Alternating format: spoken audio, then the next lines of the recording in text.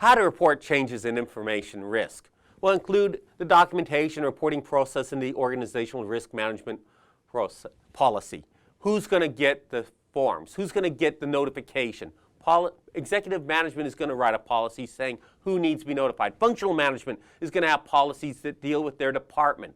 If you're doing a risk assessment or analysis for a department, the functional management policy is probably going to be the one that applies more. If you're doing it corporate-wide, the enterprise policy, that which comes down from executive management, is probably going to be more applicable.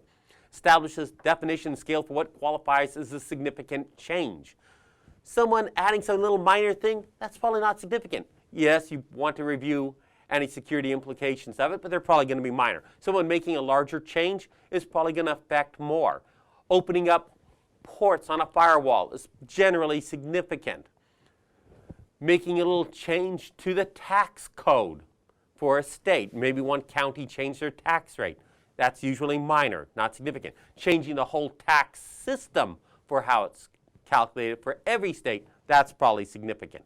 So look at the scale, be able to make a proper determination as to how significant it is, to develop a risk reporting structure and a chain of communication, and the policy that comes from executive management or functional management may already define it. If it isn't defined, you need to define it and distribute the information and communication appropriately.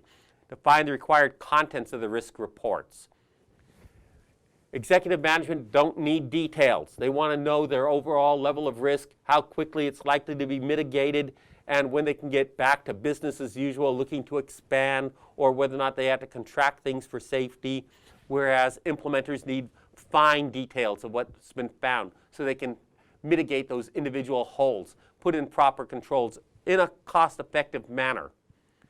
Users, if they're involved in this, need to know if they need to make any changes to their processes to properly protect information, data, and the systems. Hopefully these changes are minor and of a transient nature. They'll disappear quickly as proper controls come in. And finally, establish a review schedule and procedures for urgent or emergency reporting. If something critical is discovered that wasn't known, and there's a huge risk, it turns out you thought you were compliant with HIPAA or SOX, and you find a big gaping hole where financial reporting is not being properly reported, there's significant errors, and it's coming time for the annual report. I think this is going to jump the chain of command right up to the CFO, because this guy is facing jail time or huge fine. So's the CEO. If this isn't fixed real quick, you don't need to go through 5 different people to get to that person for something that critical. If it's critical enough, there should be emergency procedures. Most things, standard procedures. Some things will be critical and they need to be taken care of immediately. There should be a process for that.